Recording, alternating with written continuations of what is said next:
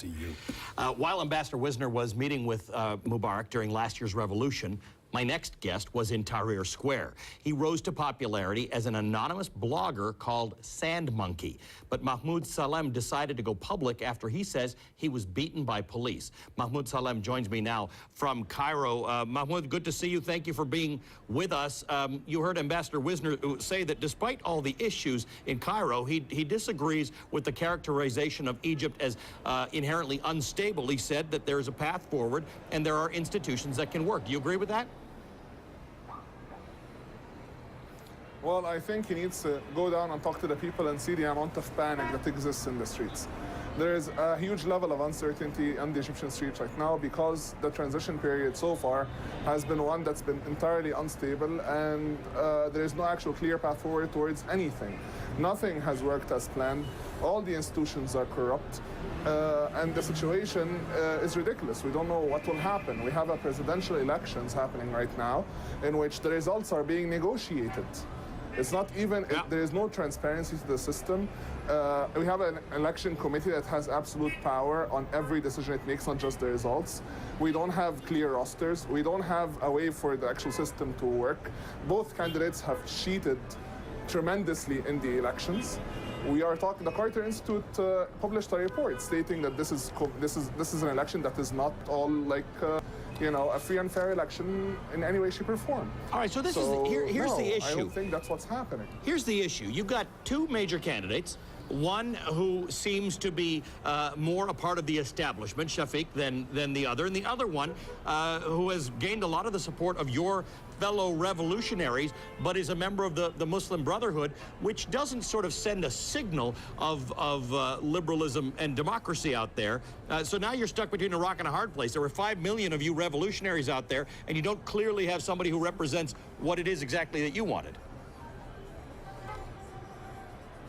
Actually, the vote that the revolutionary candidates had, we had 3 of them running, right, or, you know, technical revolutionary candidates, amounted to about 11 million votes, which is double the amount that both Shafiq and Morsi had in the first round. Neither one of them is a revolutionary candidate. The people that have supported Morsi to be revolutionary as the revolutionary candidate are people who are either very afraid of the regime coming back in Shafiq, or people who have made deals with them. Like, for example, 6th of April, Ahmed Maher, the same day he supported Morsi. Yep. I mean, the same day he supported Morsi, he found himself inside the Constitutional Committee that the Muslim Brotherhood was creating.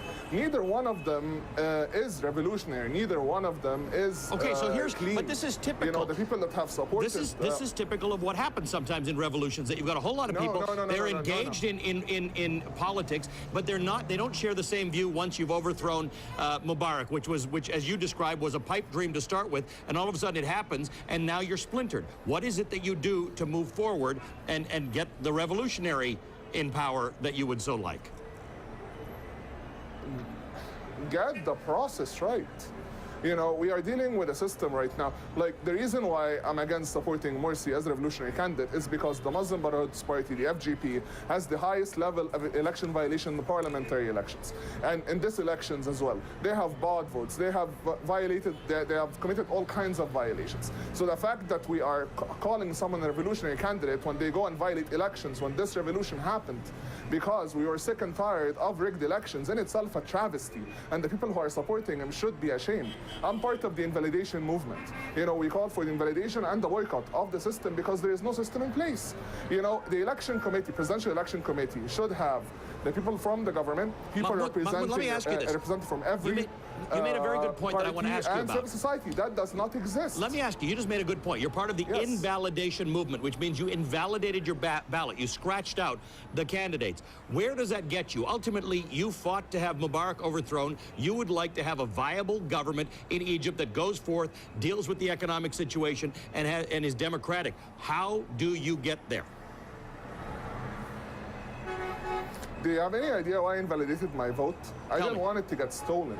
They would sell it inside the polling station for 4 Egyptian pounds. It's not even $1.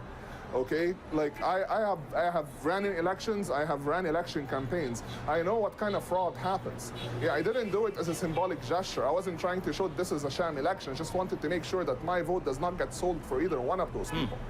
You know, what we need to do is have a representative of every party inside the election committee. We need to have a judge, yes. We need to have people from civil society, yes. All of those people were marginalized. Civil society was not allowed to look into the roster roll. A lot of dead people are somehow still voting. You know, that we have no clue really who won. None of them have won legitimately.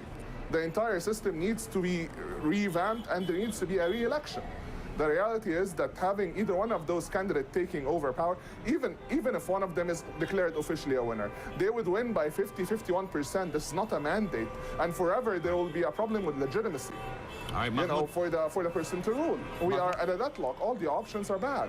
Thank you for your joining us today, and thanks for all of your writing that you've done. You can follow. Can I just say one last thing, sir? One last thing. One last thing. The U.S. administration should back off.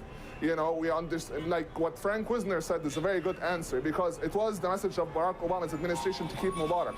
But Obama did not want this revolution, and right now they have made a deal with the Muslim Brotherhood to have Morsi as the president. They've been meeting them for the past year, okay? They need to stop pressuring us to have one of their, I don't know why they want him there, to resolve the Israel-Palestine conflict, to create some sort of a Sunni alliance against Iran, or to create another Pakistan model. We do not want any of those things. Barack Obama administration needs to back off. Okay, Thank you very much, sir. Mahmoud, thanks for talking to us. Mahmoud Salem. We'll be right back with Aman Poor in a moment.